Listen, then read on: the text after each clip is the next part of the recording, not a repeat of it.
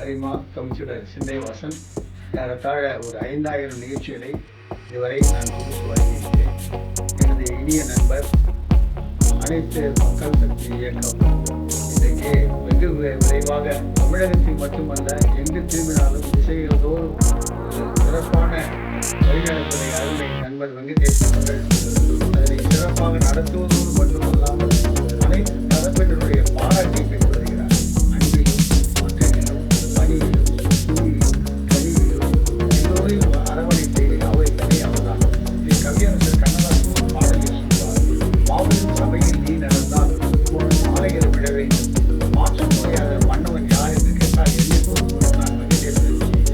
ஏன் என்று சொன்னால் ஆங்காங்கே எத்தனை ஏழை எளிய மக்களுக்கு எதை வேண்டுமோ எந்த நேரத்திலும் செய்வதற்கு தயாராக இருக்கிறார். அதோடு மட்டுமல்லாமல் இன்றைக்கு பசுமை புரட்சி ஓங்கி இருக்கிறது என்று சொன்னால் அதற்கு ஒரு காரணம் தமிழகத்திலே வெங்கடேசனை போன்றவர்கள் தான் என்பதை நான் அறுதியிட்டு சொல்ல முடியும். அதாவது இன்றைக்கு எத்தனையோ பேர் இருக்கலாம், இதை செய்கிறேன் அதை செய்கிறேன் என்று சொல்லலாம். வாயளவில் சொல்பவர்கள் தான் அதிகம். ஆனால் செயலை முடித்து காட்டக்கூடிய வெங்கடேசன் பார்த்தீங்கன்னா 1 லட்சம் கன்று மரக்கன்றுகள் அது மரமாக வந்து அதுதான் பெரிய சிறப்பு. அதாவது சொல்பவர்கள் செய்வதை எத்தனை பேர் நான் சொல்வதை நான் செய்வேன் அப்படின்வாங்க, ஆனால் செய்ய மாட்டாங்க. கல்வியை பொறுத்தவர்கள் என்றைக்கும் சரி அவருடைய கடுமையான உழைப்புக்கு அரசு சார்ந்த அங்கீகாரம் தர வேண்டும்.